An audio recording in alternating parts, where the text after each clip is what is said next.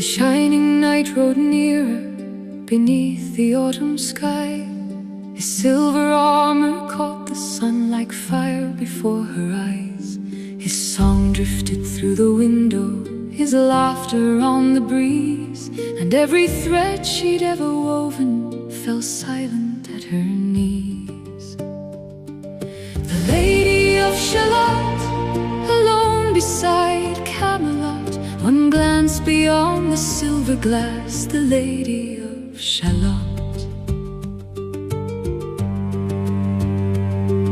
She rose from where she sat and crossed the shadowed room, past all the woven stories and the silence of the loom. For one brief moment courage outweighed her fear at last. She turned and faced the window and left the mirror's glass. The Lady of Shalott, no longer bound to Camelot, she turned to see the living world, the Lady of Shalott.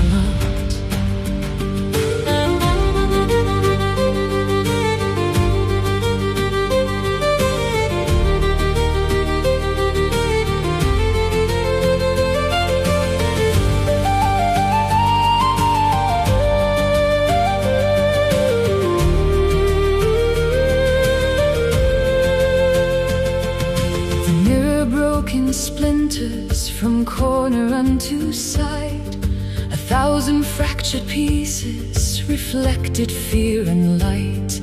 The room grew cold around her, the warning now fulfilled. She whispered to the darkness, the curse has come at last. Yet strangely there was freedom in knowing what must be. For once she saw the world itself instead of memory. The fields, the road, the river, the towers in the sun. For one brief shining moment, she lived instead of watched. She left the lonely tower and walked the river shore, where reeds bent in the evening wind like never seen before. There waiting by the water, a small dark boat was tied. She traced her name upon its side and stepped herself inside.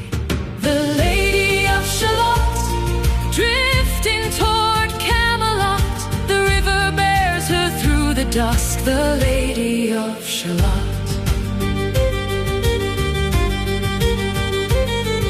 The sky was filled with starlight, the air was cold and still. The river carried whispers beyond the distant hills. She sang into the darkness, a song both soft and clear, and all the world seemed listening as her final hour drew near. The willows bowed above her, the water sang below. The moon laid silver pathways across the river's flow. The castle lights of Camelot shone brighter through the night, as slowly faded from her face the warmth of living light.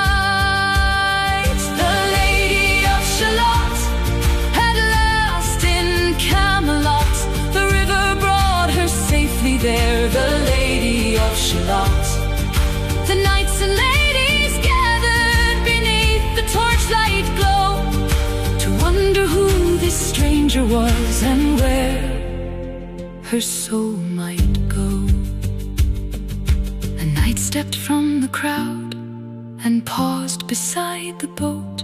He looked upon her peaceful face and spoke these final words: May heaven keep and bless her wherever she may be. And over silent Camelot, the river met the sea.